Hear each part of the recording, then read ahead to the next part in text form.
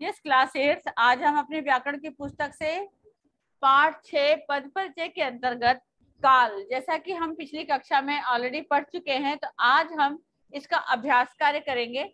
आइए पहला प्रश्न हम जानते हैं कि पहले प्रश्न में क्या पूछ रहे हैं।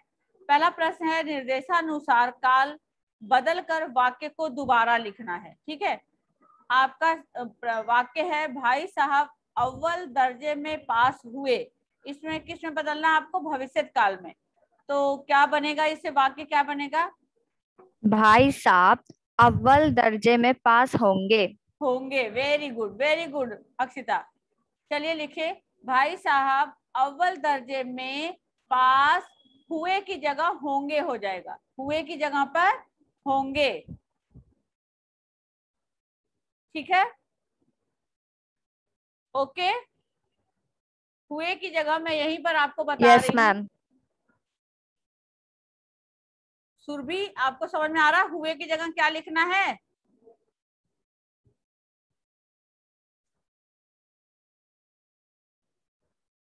होंगे।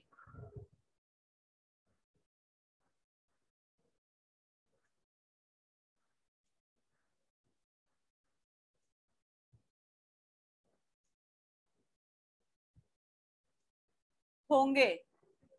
नेक्स्ट है आपका, लोगों ने देश के लिए भूदान किया था। भविष्य काल। लोग देश के लिए भूदान करेंगे। लोग, हाँ, यहाँ से ने हट जाएगा, ने हट जाएगा। लोग देश लोग के लिए देश के भूदान लिए करेंगे। भूदान करेंगे।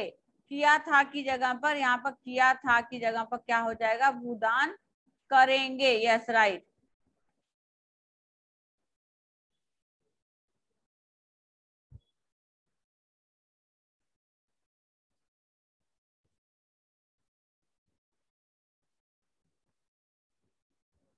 यस।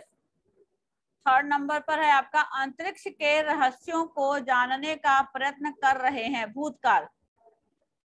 कर रहे थे। अंतरिक्ष के रहस्यों को जानने का प्रयत्न कर रहे थे। कर रहे, यहाँ पर आ जाएगा थे।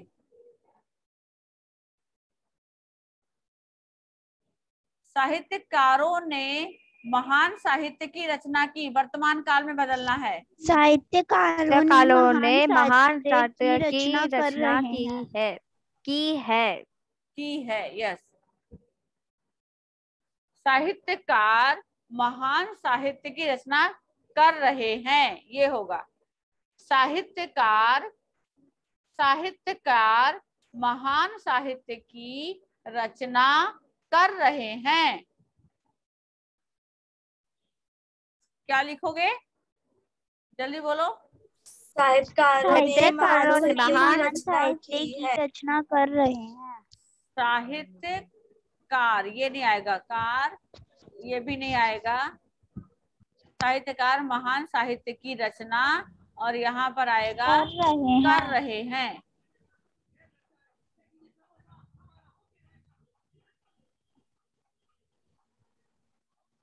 कर रहे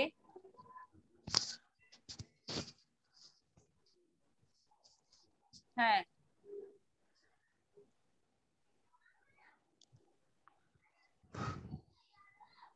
यस।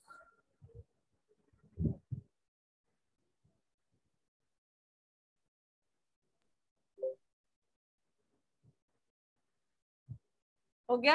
एंड लास्ट है, हिंदी को राजभाषा घोषित किया गया। वर्तमान काल। हिंदी को हिंदी को राजभाषा घोषित राजभाषा करा जा घोषित रहा है। किया जा रहा है। हाँ बिल्कुल, किया जा रहा है या किया गया है। किया गया, किया गया यहीं पर आ जाएगा है।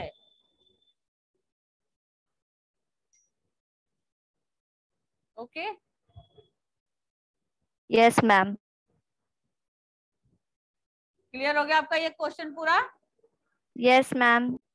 रफ कर दूं मैं? Yes ma'am. यस।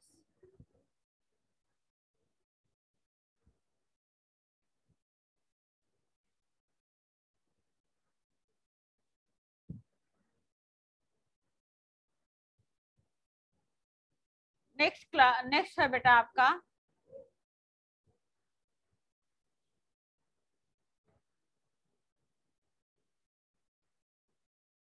अब बच्चों आज हम पढ़ेंगे वाच्य। काल आपका कंप्लीट हो गया, अब हम पढ़ेंगे वाच्य।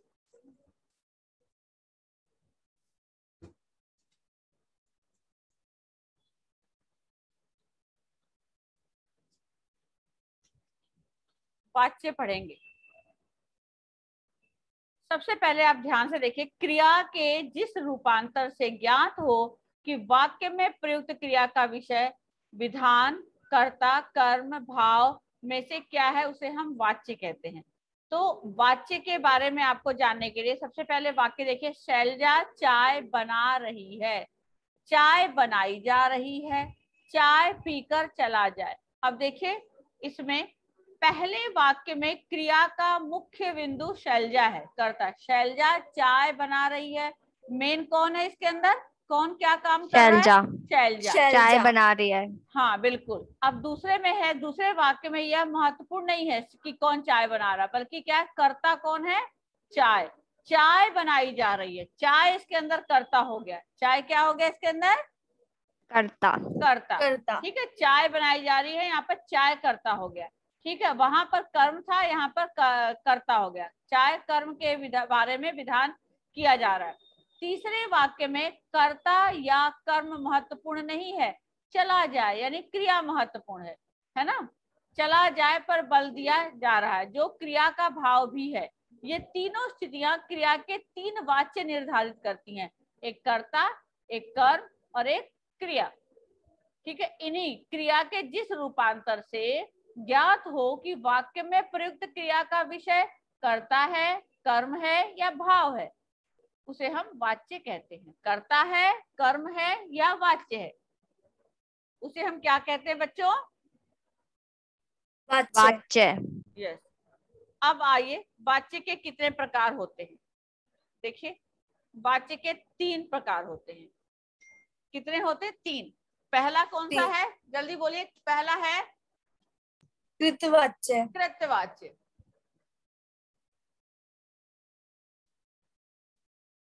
यस। दूसरा है कर्मवाच्य। कर्मवाच्य। यस।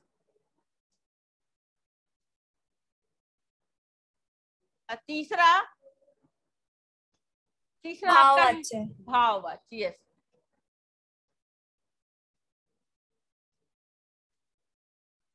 यस, ये आप देख सकते हैं। कृतवाच्य, जिस वाक्य में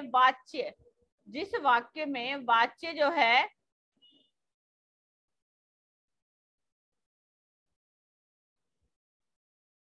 का विषय कर्ता हो, उसे हम कृतवाच्य कहते हैं। जिस वाक्य में वाच्य का बिंदु कर्ता हो, उसे हम कृतवाच्य कहते हैं।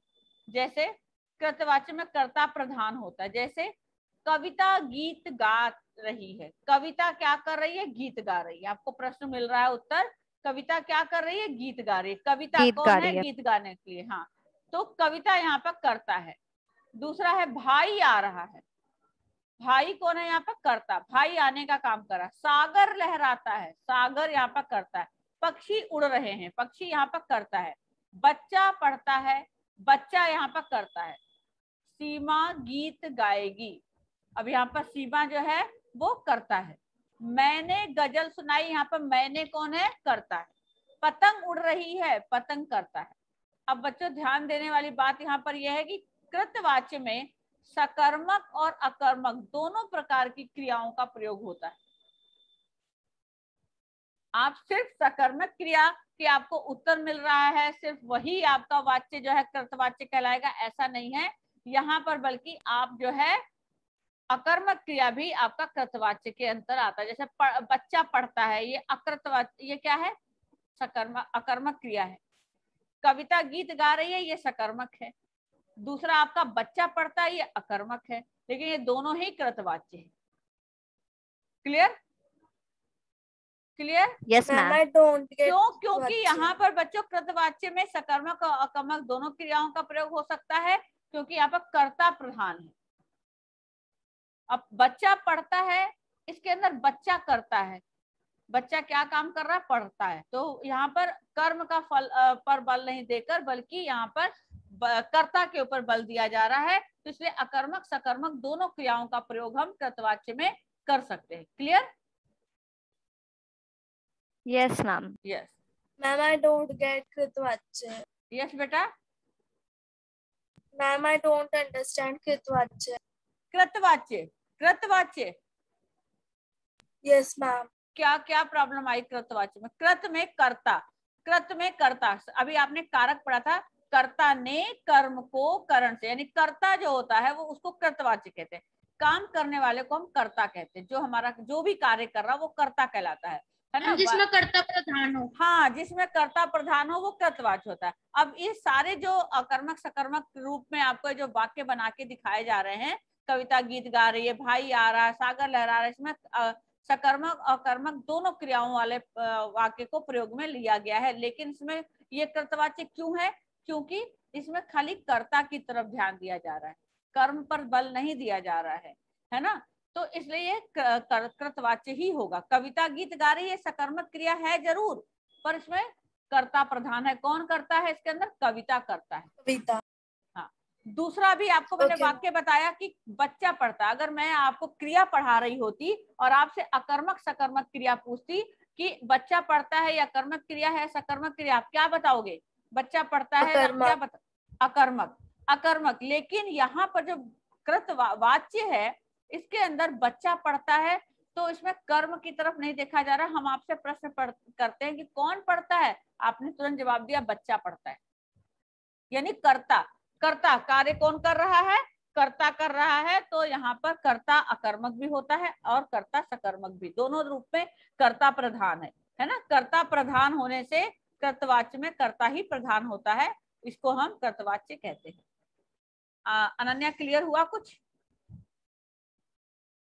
अनन्या क्लियर हुआ बेटा? Yes ma'am, thank you. अभी बताओ, अगर अभी भी आपको कुछ थोड़ा सा डाउट है तो बताओ, क्या समझ में आया आपको? No ma'am, no doubt. Clear हो गया आपको? कृतवाच्य Yes, में कर्ता प्रधान होता है। वो वाक्य चाहे अकर्मक हो चाहे सकर्मक हो, आपको क्या देखना है? कर्ता को देखना है। काम कौन कर रहा है? कर्ता कर रहा है। कर्ता प्रधान है यानी ये कृतवाच्य है, बस। अभी देखो आपको अभी आगे क्लियर होगा जब मैं कर्मवाच्य को करूंगी। दूसरा है कर्मवाच्य।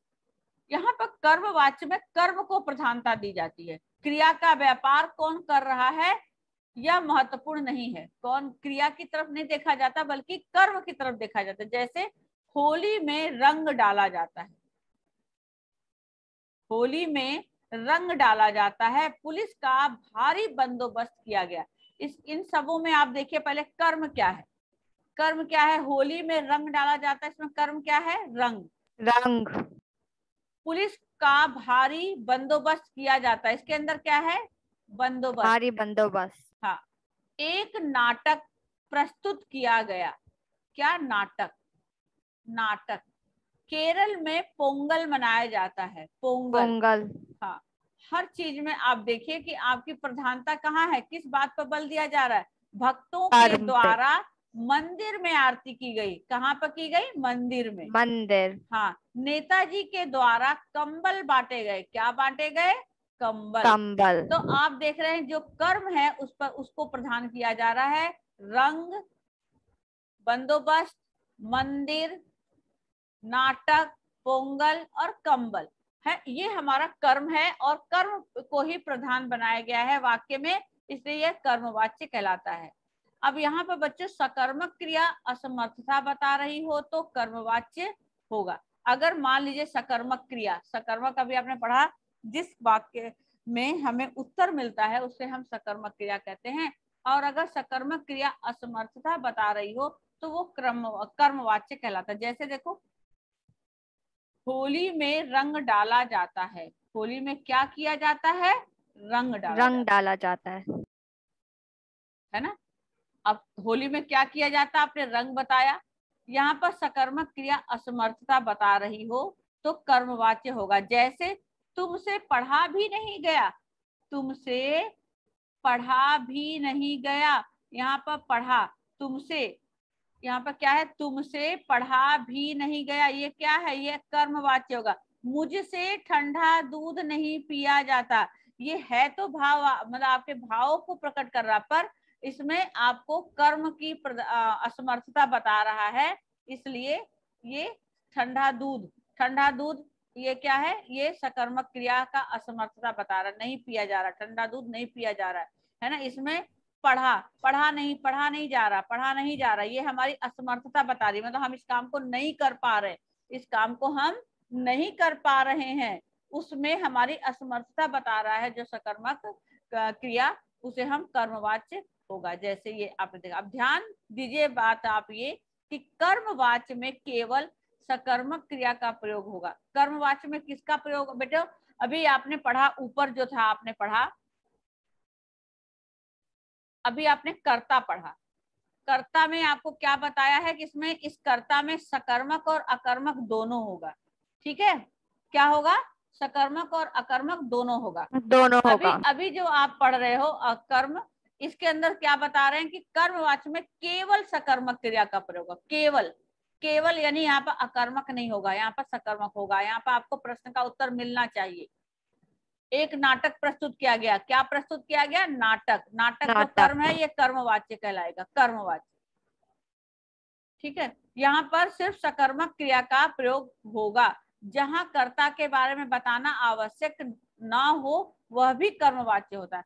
जिस वाक्य में कर्ता की आवश्यकता नहीं होती, जैसे एक नाटक प्रस्तुत किया गया, एक कर्ता तो नहीं है ना, एक तो कर्ता नहीं है, कर्ता तो नहीं है, यहाँ पर कर्ता की आवश्यकता है ही नहीं, नाटक कर्म है, उसी को बताया जा रहा है, उसी की प्रधानता है, तो ये कर्मवाच्य ही कहलाएगा यहाँ पर। और आपसे प्रश्न का उत्तर भी मिल रहा है कि क्या प्रस्तुत किया गया, आपने बोला एक नाटक प्रस्तुत किया गया। ठीक है, तो ये आपका कर्मवाच्य होगा, जहां पर कि सकर्मक क्रिया का ही प्रयोग होता है, जहां कर्ता के बारे में बताना आवश्यक नहीं होता, वो भी कर्मवाच्य कहलाता है। कर्मवाच्य में बच्चों कर्ता का उल्लेख जरूरी हो तो उसके साथ द्वारा, के द्वारा लगाए। अगर मान लीजिए कोई ऐसा वाक्य बना रहे हैं जिसमें कर्ता का को लिखना आवश्यक है, तो आप के द्वारा लिखेंगे, क्या लिखेंगे, क्या लिखेंगे, राम के द्वारा रावण मारा गया,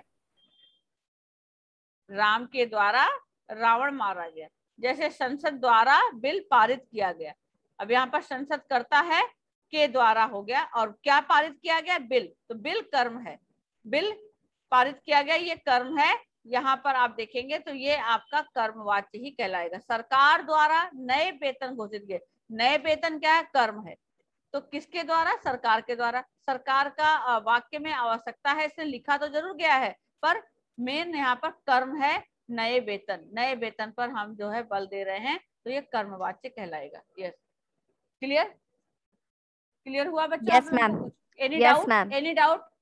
नो मैम। मैम मैं एक चीज पूछना चाहता हूँ। हाँ पूछो पवित्र। मैम अगर हमें क्वेश्चन दिया है पेपर में कि हमें पता लगाना है कि कौन सा वाच्य है, तो और हमें यही सेंटेंस दिया कि मुझसे ठंडा दूध नहीं पिया जाता, तो हमने उसे भाववाच्य लिखा, तो वो गलत होगा? यस,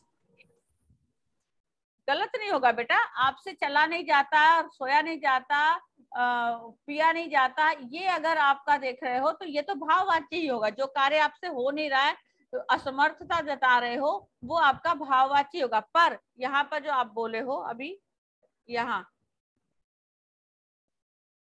यही है ना, मुझसे ठंडा दूध नहीं पिया जाता, मुझसे ठंडा दूध पिया नहीं जाता, क्रिया के साथ नहीं आएगा। भाववाच्य अगर लिखोगे, भाववाच्य अगर लिखना होगा तो क्रिया के साथ नहीं आएगा। ओके, यहाँ पर क्या है, मुझसे ठंडा दूध कर्म के साथ नहीं लगा हुआ है, कर्म के साथ, ठंडा दूध कर्म के साथ नहीं लगा है। और जब आप भाववाच्य लिखोगे, मुझसे ठंडा दूध पिया नहीं जाता, जाता क्रिया के साथ हम लगेगा, तब वो आपका भाववाच्य बन जाएगा। आया पवित्र, clear? Yes ma'am. Okay ma'am, thank you. Okay बेटा। तो अब आप यहाँ पर देख लीजिए, यहाँ भी आप भाववाच्य में मैं आई गई हूँ। देखिए भाववाच्य किसे कहते हैं, भाववाच्य में वाच्य बिंदु ना हो तो कर्ता होता है, ना कर्म, क्रिया का भाव ही प्रधान होता है, जो कार्य। अब देखो यहाँ पर रोजी से खाना नहीं खाया जाता, यानी जाता से पहले नहीं आया हुआ है, क्रिया से पहले नहीं हमें बता रहा है, यानी ये भाववाच्य है ना, ये भाववाच्य है। Okay, okay ma'am. मैम भाववाच्य क्लियर हो गया आप लोगों को? जो कार्य मुझसे नहीं होता, क्रिया के साथ नहीं लग गया तो वो भाववाच्य है। रोगी से बोला नहीं जा रहा, अब शहर के लिए चला जाए, तुम तो पहचाने भी नहीं जाते, क्रिया के साथ नहीं का प्रयोग हो रहा है, यानी ये भाववाच्य है। पवित्र क्लियर हुआ आपको? Yes ma'am. गुड। अनन्या आपको क्लियर हुआ? Yes ma'am. आर्यन सिंह आप बताइए। आर्यन सिंह, सक्षम तिवारी आप बोलिए, आपको क्लियर हो गया? तीनों वाच्य क्लियर हो गए, कर्ता, कृतवाच्य, कर्मवाच्य और भाववाच्य तीनों क्लियर हो गए आप लोगों को? कर्ता, कृतवाच्य के अंदर कर्ता प्रधान होता है, कर्मवाच्य के अंदर कर्म प्रधान होता है, और भाववाच्य के अंदर हमारे भाव यानी हमसे ये काम हो नहीं रहा है जिसमें हमारी दशा बताती है, वो भाववाच्य प्रधान होता है। अब आप ध्यान दीजिए, भाववाच्य में क्रिया सदा अन्य पुरुष एक वचन में ही रहती है। भाववाच्य में केवल अकर्मक क्रिया का ही प्रयोग होता है। रोगी से बोला भी नहीं जाता, भाववाच्य में केवल अकर्मक क्रिया का ही प्रयोग होता है। ऊपर आपने बोला अकर्मक सकर्मक दोनों, दूसरे वाले में आपने क्या पढ़ा है? कर्मवाच्य में क्या होता है? क्या खाली बोला? सकर्मक। सकर्मक, और इसमें अकर्मक। पहले वाले में अकर्मक सकर्मक दोनों, कर्तवाच्य में अकर्मक सकर्मक दोनों, कर्मवाच्य में सकर्मक और भाववाच्य में अकर्मक। अकर्मक। हाँ। भाववाच्य का प्रयोग प्राय असमर्थता बताने के लिए भी किया जाता है। असमर्थ है ना, ये काम मुझसे नहीं हो रहा, हम असमर्थ हैं। किंतु केवल अकर्मक क्रिया के साथ, जैसे तुमसे तो दौड़ा भी नहीं जाता, तुमसे तो दौड़ा भी नहीं गया, अब हमसे चला नहीं जाता, है ना? तो इसके अंदर आप क्या बताएंगे? भाववाचक का प्रयोग असमर्थता बताने के लिए, मतलब हमसे ये काम नहीं हो रहा, असमर्थ है हम इस काम को करने में, है ना, के लिए किया था। किंतु केवल अकर्मक क्रिया के साथ ही, जैसे तुमसे तो दौड़ा भी नहीं गया, तुमसे कैसे नहीं दौड़ा गया, तेज धीरे ये नहीं बताया इसके अंदर, आपको बताया तुमसे दौड़ा नहीं गया, ये अकर्मक क्रिया है यहाँ पर। अब हमसे चला नहीं जाता, तेज चला नहीं जाता, धीरे चला नहीं जाता, ये पता नहीं है, तो ये यहाँ पर अकर्मक क्रिया है। ये असमर्थता बता रही है इसके अंदर कि अब हमसे ये काम नहीं हो रहा है, असमर्थ हूं मैं इस काम को करने में। ओके, आगे बढ़ू मैं, आगे आऊं मैं बेटा? यस अनन्या, वाच्य का परिवर्तन बताना Yes, है आपको, आगे बढ़ू मैं? Ananya, yes ma'am. कृतवाच्य अगर है, अकृतवाच्य, उससे हमको भाववाच्य में बदलना है। जैसे पेड़ काटा था, पेड़ काटा था, कर्मवाच्य है, पेड़ काटा गया था, काटा। अब अगर इसमें चलो चलते हैं, चलो चला जाए, चलो चला जाए, ये भाववाच्य होगा। अगर पेड़ काटा था, ये आपका कृतवाच्य है, इसको हमने पेड़ काटा गया था, ये हमारा कर्मवाच्य है। चलो चलते हैं, ये क्या है? हमारा कृतवाच्य। और चलो चला जाए, ये हमारा है भाववाच्य, भाववाच्य। ओके, आगे भी अभी आपके उदाहरण हैं बहुत सारे। इसमें कृतवाच्य से कर्मवाच्य में बदलना है। कृतवाच्य ये है, यह गीत लता मंगेशकर ने गाया, ईमेल से सूचित करेंगे। यहाँ पर देखिए, इसको कर्मवाच्य में हम कैसे बदलेंगे? यह गीत लता मंगेशकर द्वारा गाया गया। कर्मवाच्य में बताया था ना आपको कि अगर कर्ता प्रधान बताना है, दिखाना है कर्ता को, तो आपके द्वारा लगाएंगे।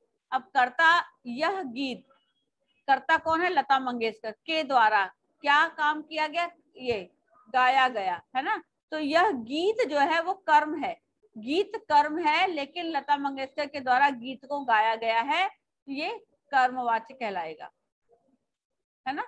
सिपाही द्वारा चोर पकड़ा गया, भगवान के द्वारा सबकी रक्षा की गई, हमसे नया पाठ पढ़ा गया। तो यहाँ पर हमने नया पाठ पढ़ा, ने की जगह पर से लग जाएगा, बस हमसे नया पाठ पढ़ा गया लास्ट में हो जाएगा। ओके, फिर मेरे द्वारा मेरे द्वारा लिखा गया, क्या लिखा गया पता नहीं, क्या लिखा गया पता नहीं। मैम वो तो मैंने कुछ भी लिखा, हो मेरे द्वारा लिखा गया। यहाँ पर जो लिखा गया है वो कर्म है, मेरे जो द्वारा है ये मेन नहीं है, यहाँ पर कर्म मेन है, लिखना कर्म है। तो ये जो है द्वारा इसलिए लगाया गया है कर्मवाच्य के लिए कि मेरे द्वारा ये कार्य किया गया है। क्लियर? Yes ma'am. यस।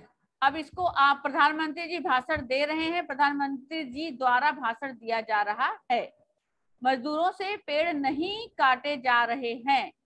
अब यहाँ पर नहीं ये कर्मवाची है, क्योंकि यहाँ पर जा रहे से पहले नहीं लगा है। अगर इसी को हम लिखते मजदूरों से पेड़ काटे नहीं जा रहे तो ये भाववाच्य हो जाता है ना पवित्रा? क्लियर हुआ आपको?